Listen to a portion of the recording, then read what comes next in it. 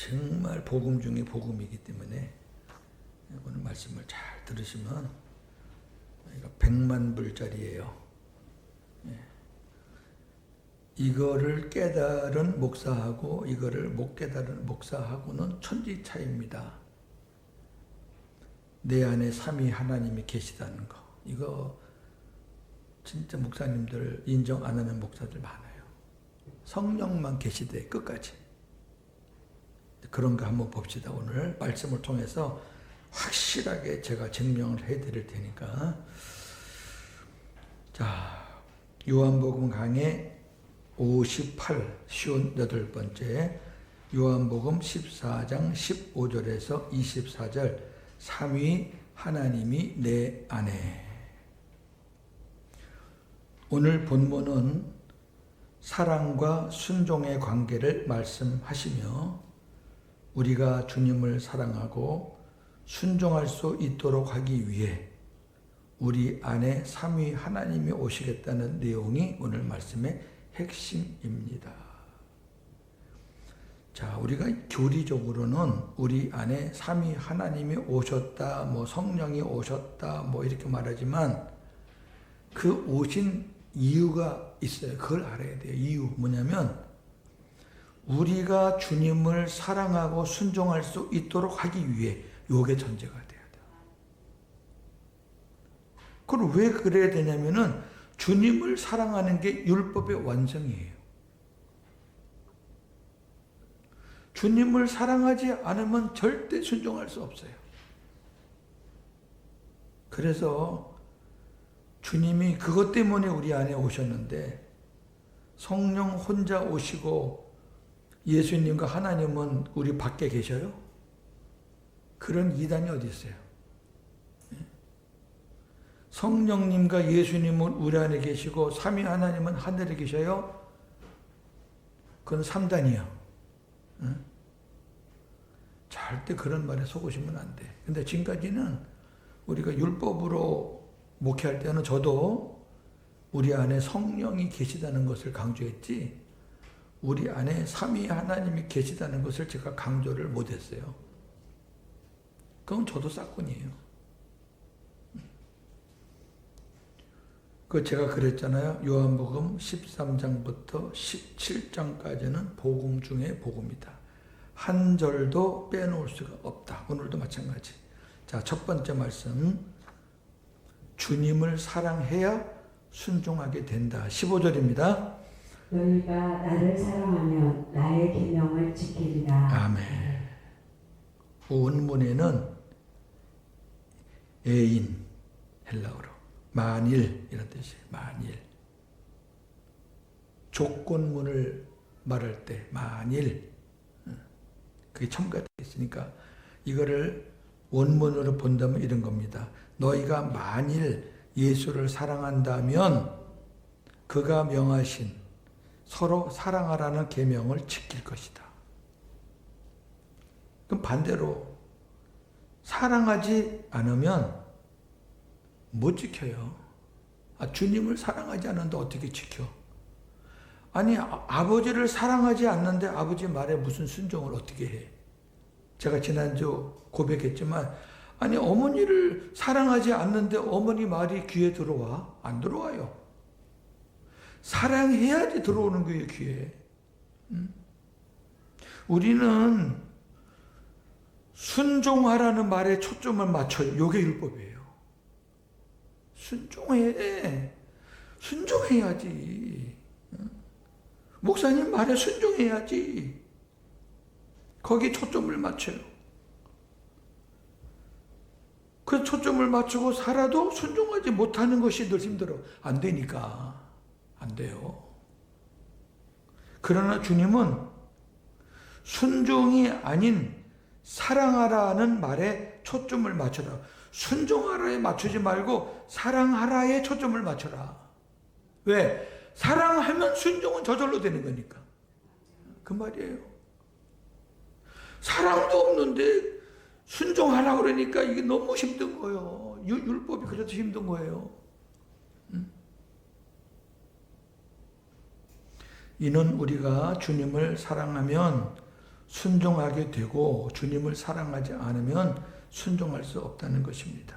여기 지키리라, 나의 계명을 지키리라는 말은 내가 지킨다는 것이 아니라 주님이 지키게 해 주신다. 네가 사랑만 하면, 네가 나를 사랑만 하면 네가 하나님의 말씀을 순종할 수 있도록 내가 그 마음을 다 만져주겠다.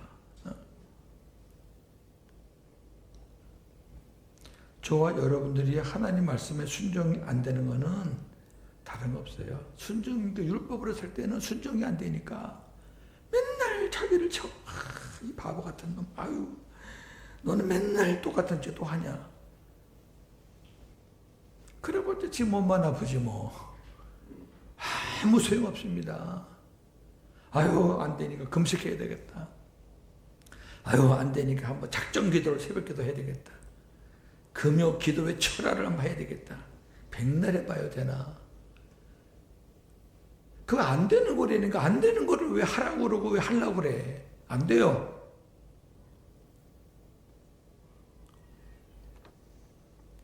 주님을 사랑하는 게 우선인데 주님을 사랑하는 건 쥐꼬리도 없으면서 뭘 순종을 어떻게 해.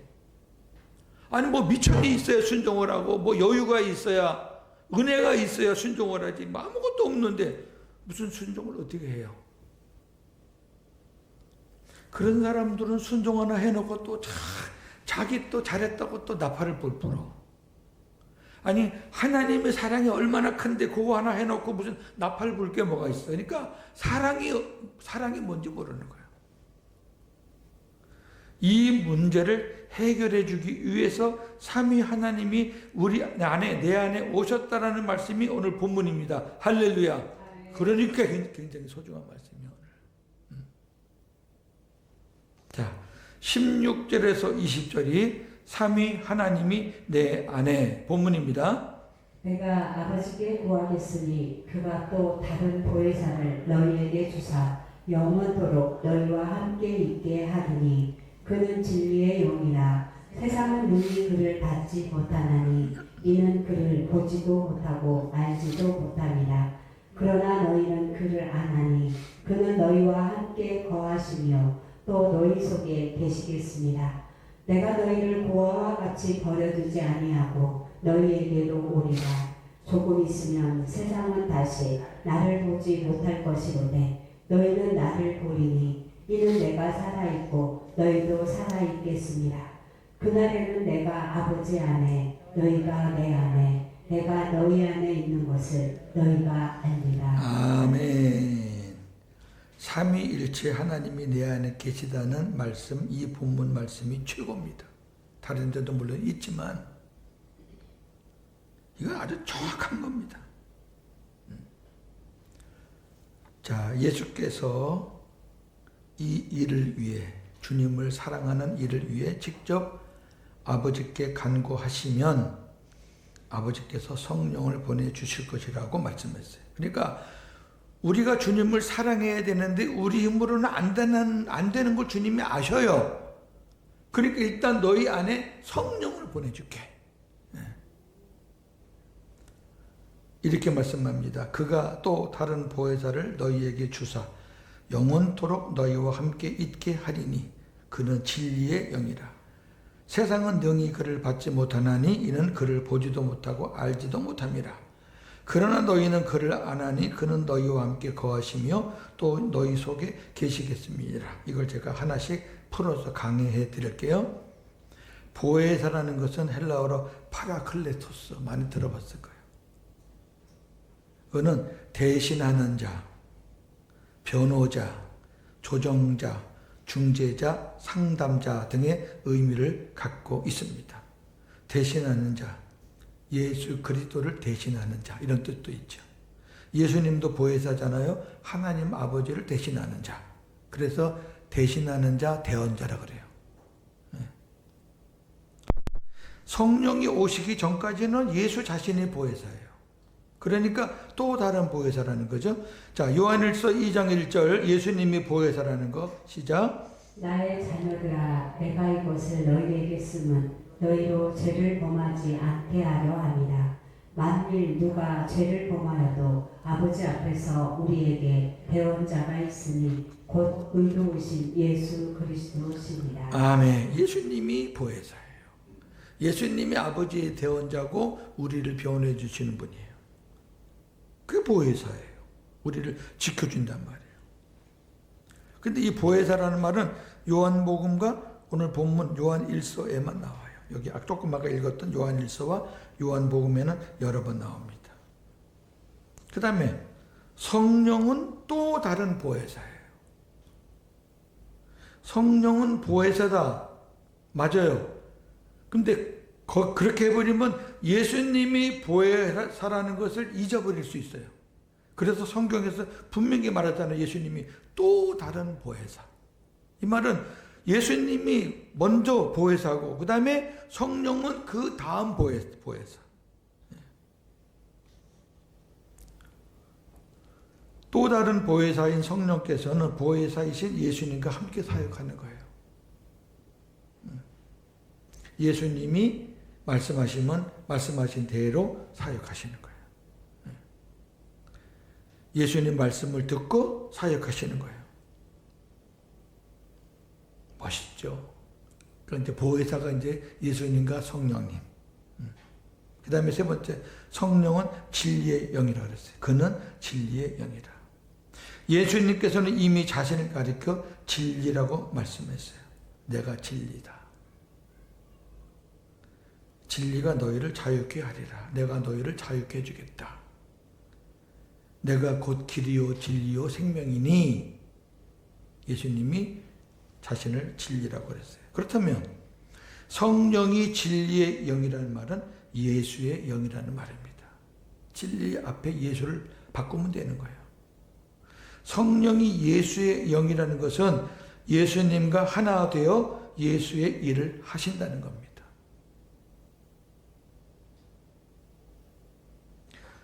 성령이 예수의 영이 아니고, 물론 예수의 영은 성령인데 그 예수의 영 뜻은 뭐냐면은 예수님과 하나 되어서 예수님의 일을 하는 영이라 그 말이에요. 이런 것들을 정리 못하면 완전히 뒤죽박죽 됩니다. 성부, 성자, 성령을 막 뒤죽박죽 해버려요. 네 번째, 성령은 영원토록 제자들과 함께 하십니다. 본문에서는 제자들, 우리가 현재 우리가 받는 것은 우리라고 받아야 되죠. 그렇죠? 그래서 다 그렇게 이제 바꿨습니다. 그래서 성령은 영원토록 우리와 함께 하십니다. 주님을 모르는 세상 사람들은 성령을 보지도 알지도 받지도 못해요. 그러나 제자들과 우리는 성령을 알고 받게 됩니다. 왜냐하면 성령께서 제자들과 우리와 함께 거하시기 위해 제자들 우리 안에 오시기 때문입니다. 우리는 받는 거예요. 주님을 영접할 때 삼위 하나님이 우리 안에 들어오시니까 주님을 영접하는 것이 키예요. 성령이 혼자 쓱 못 들어와요. 성령은 쉽게 말해서 예수님을 따라다니시는 영이에요. 예수님을 따라다니시는 영이시기 때문에 우리가 예수님을 영접할 때 성령이 들어오시는 거예요. 할렐루야. 그렇게 하시면 돼요. 여기까지는 성령에 대한 말씀이에요. 예수님의 성령을 말할 때 그는 그를 그랬어요. 계속 3인칭. 예수님이 말씀하니까 예수님 당신은 1인칭, 내 1인칭. 성령은 그 3인칭을 썼어요. 근데 갑자기 인칭이 바뀌어요.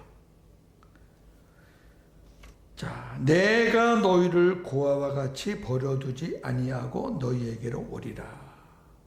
갑자기 인칭이 바뀌어요. 성령에 대해서 다른 분에 대해서 말씀을 하시다가 이제 화제를 싹 바꿔요. 분위기를 바꿔서 나도 내가 너희를 고아와 같이 버려두지 않고 너희에게로 올 것이다. 조금 있으면 이 조금 있으면은 언제를 말할까 하는 것과 세상은 다시 나를 보지 못할 것이로되 너희는 나를 보리니 이는 내가 살아있고 너희도 살아있겠습니다. 그래요. 자, 예수께서 아버지께서 성령 그를 너희들에게 보내실 것이다 라는 말씀을 하신 후에 주체를 바꾸십니다. 넘기시고. 주체를 어떻게 바뀌었느냐? 내가 너희를 고아와 같이 버려두지 아니하고 너희에게로 오리라는 말은 성령께서 오신다는 것이 아니라 부활하신 예수께서 오신다는 거예요. 내가 3인칭 그가 1인칭 나로 바뀐 것에 주목해야 됩니다. 제가 녹색 글씨를 쓰는 거는 항상 중요한 거를 녹색으로 바꿔 쓰는 거예요. 이거 잘 못 보고 막 지나가면 전부 다 성령께서 오시는 걸로만 그냥 묻어버려요. 아니 생각을 해봐요. 주님이 성령에 대해서 계속 말하다가 그 다음에 내가 하면은 주님을 자기를 말하는 거지 그 내가가 무슨 성령이 되냐고. 그런 엉터리가 어디 있어요.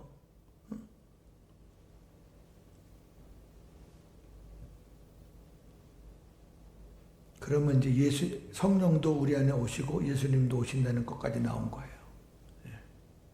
여기 조금 있으면이 문제예요. 조금 있으면. 이 기간은 예수께서 고난 받으시고 부활하실 때까지의 기간이 아닙니다. 여기서 이제 율법과 복음이 확 갈립니다. 저는 솔직하게 얘기하잖아요.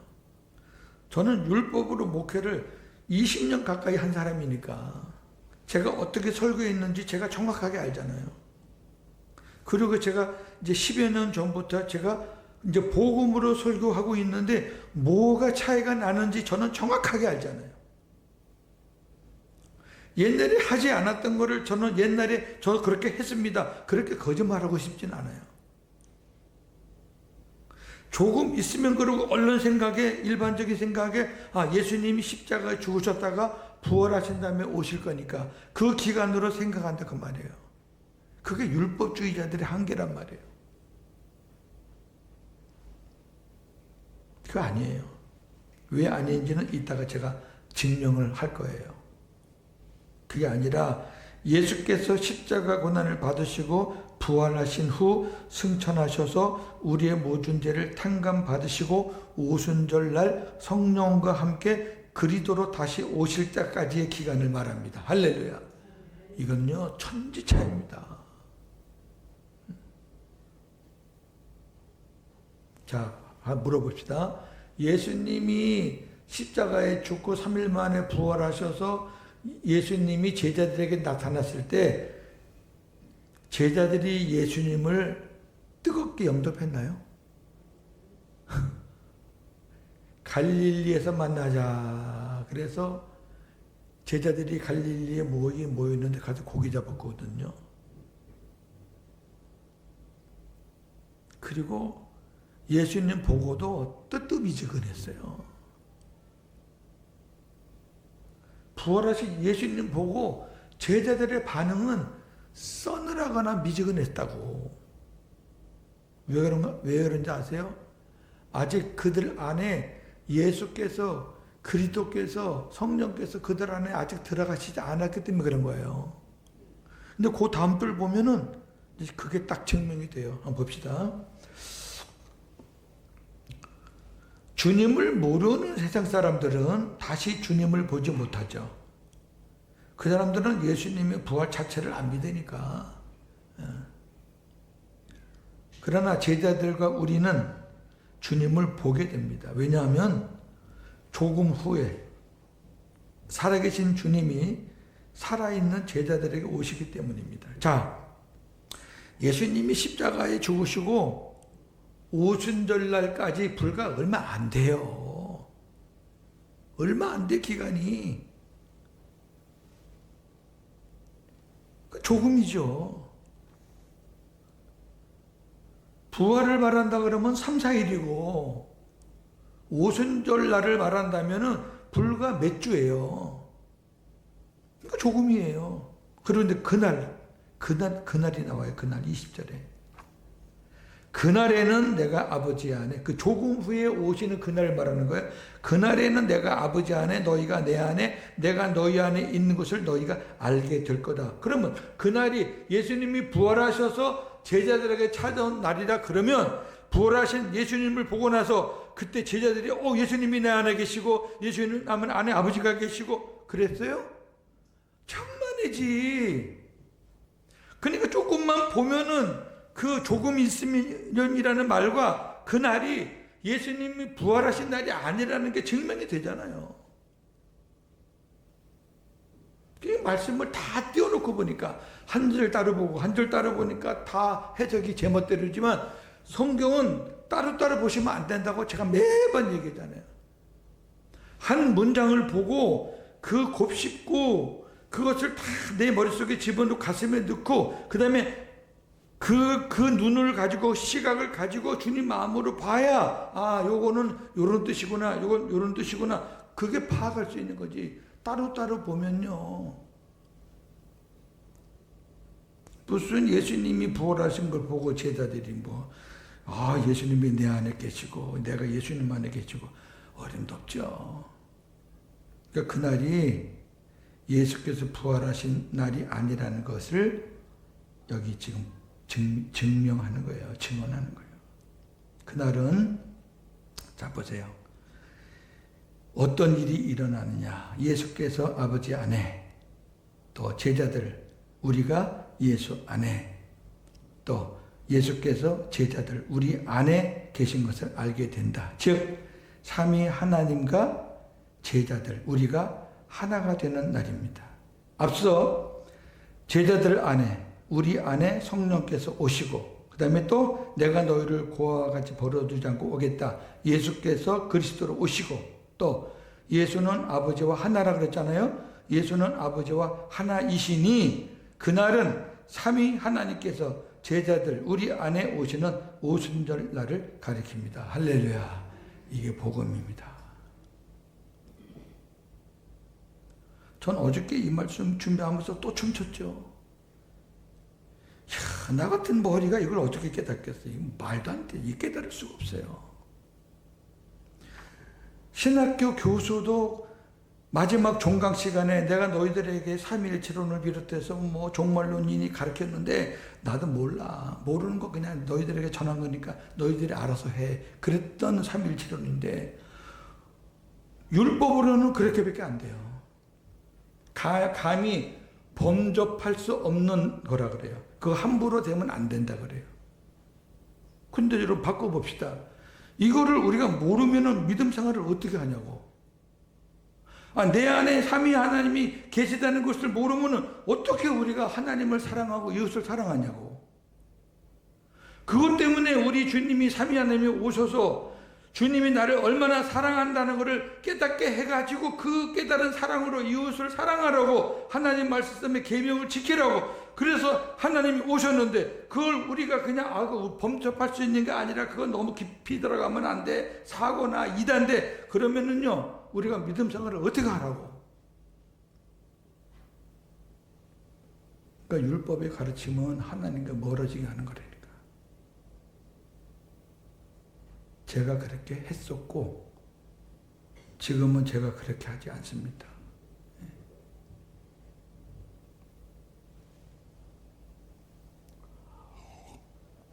지난주에 저의 밑바닥까지 다 여러분께 말씀을 드렸어요.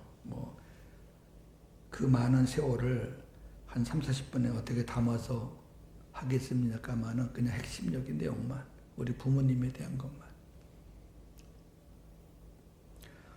오늘 또 짤막하게 다른 간증을 하나 좀 하려고 해요. 전 사모가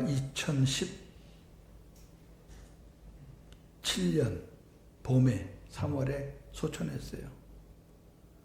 그리고 이제 2년 한 7-8개월 돼서 이제 지금 우리 사는 사모를 만났어요.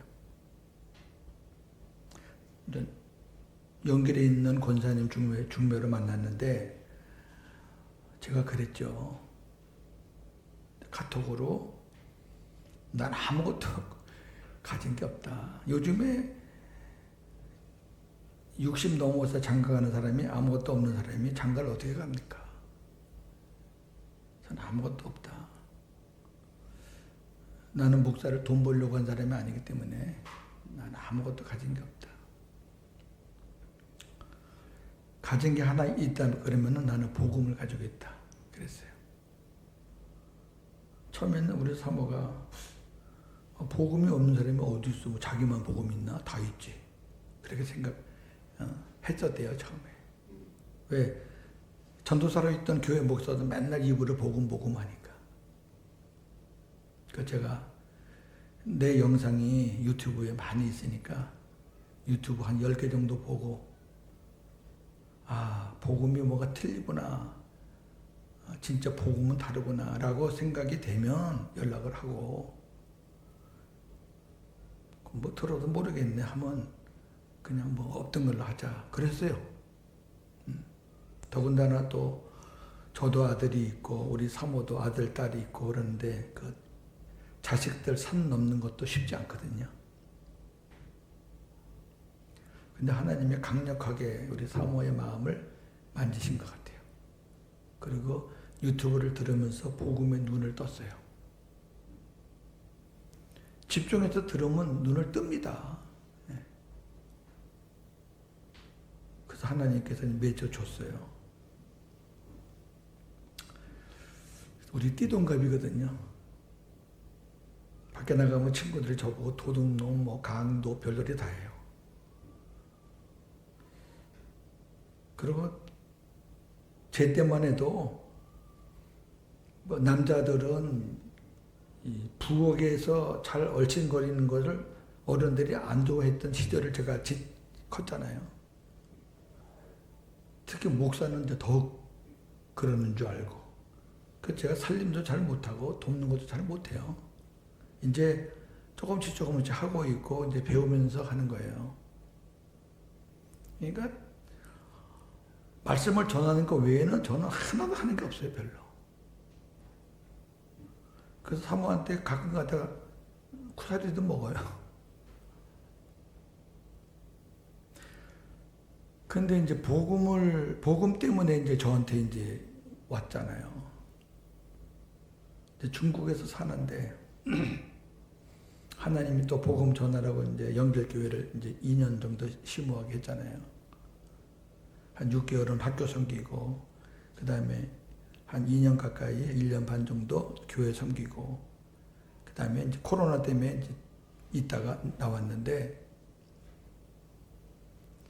여기서부터 이제 시작된 이 안면마비가 중국에서 많이 심했어요. 여러분, 제가 지금 이렇게 얼굴 멀쩡하잖아요. 그죠? 제가 안면마비 왔다 그러면 아무도 안 믿어요. 근데 우리 홍 사모님도 보셨고, 샘천 때 목사님들한테 강의하려고 그러는데 이게 와가지고, 또 진주에서 세미나 하려고 그러는데 이게 와가지고, 제 친구 선배 목사님들도 이게 입이 돌아가지고 지금도 이렇게 입이 돈 상태로 사는 그런 목회들도 있어요. 친구도 있고. 저도 뭐 그렇게 안 될 거라고 누가 장담을 해요. 하나님이 이렇게 멀쩡하게 제자리 갖다 놨잖아요. 신기해요. 오래 걸린 것도 아니고요. 저는 막 얼굴이 막 돌아요. 이런 것들이 지멋대로. 또 희한해요. 지멋대로 돌다가 몇 분 후에 착 자리에 딱 돌아와요. 그런 것들을 여러 번 겪었어요. 그래서 중국에서 침도 많이 맞고요. 전기 치료 받고요. 또 국내 들어와서 이제 진주에 가서 침 맞고 약 먹고 그랬어요.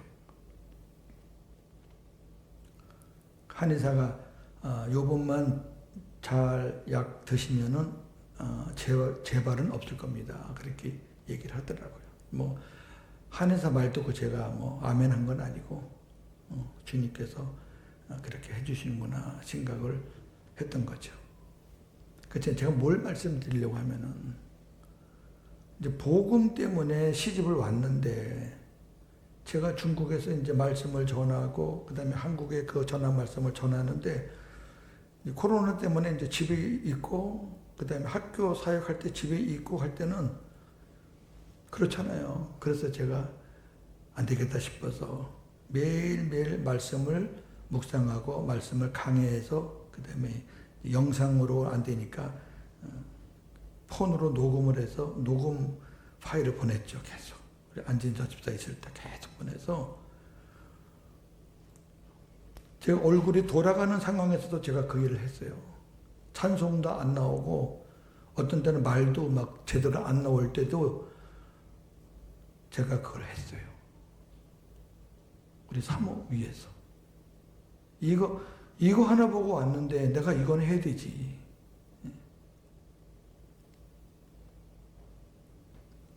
어쩌냐게 우리 사모가 스승의 날을 감사합니다.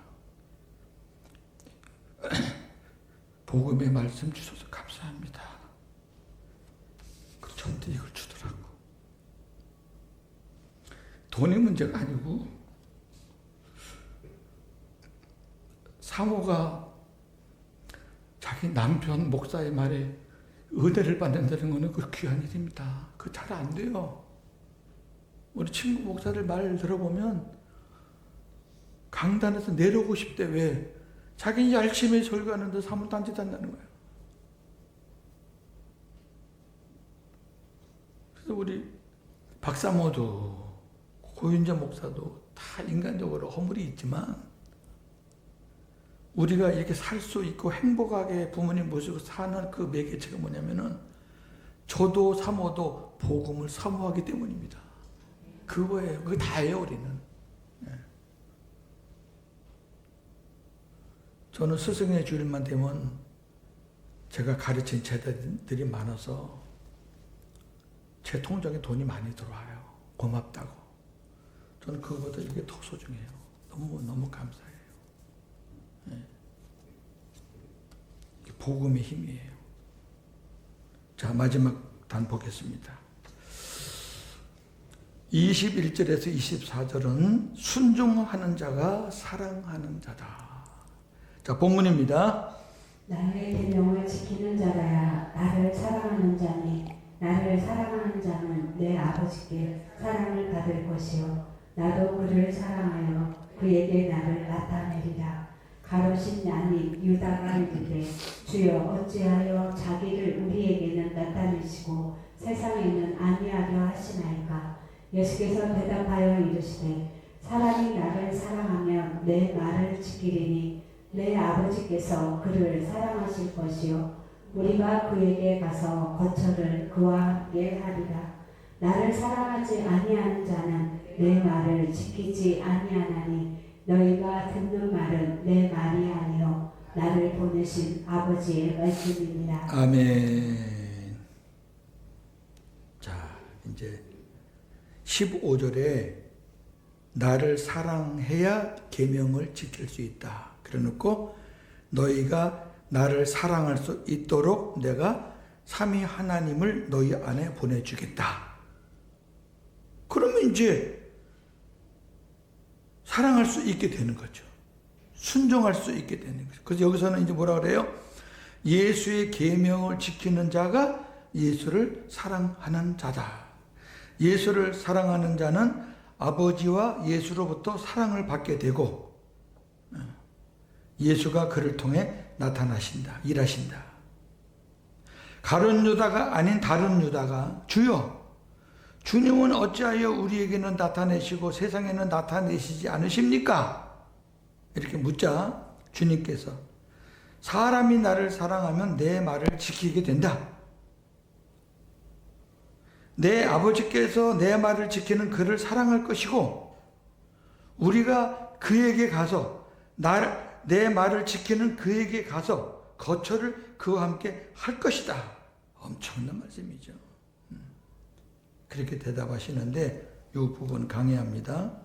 여기 가룟 유다가 아닌 다른 유다는 동명이인이지만 12제자 중 한 사람 유다입니다. 누가복음 6장 13절과 16절입니다.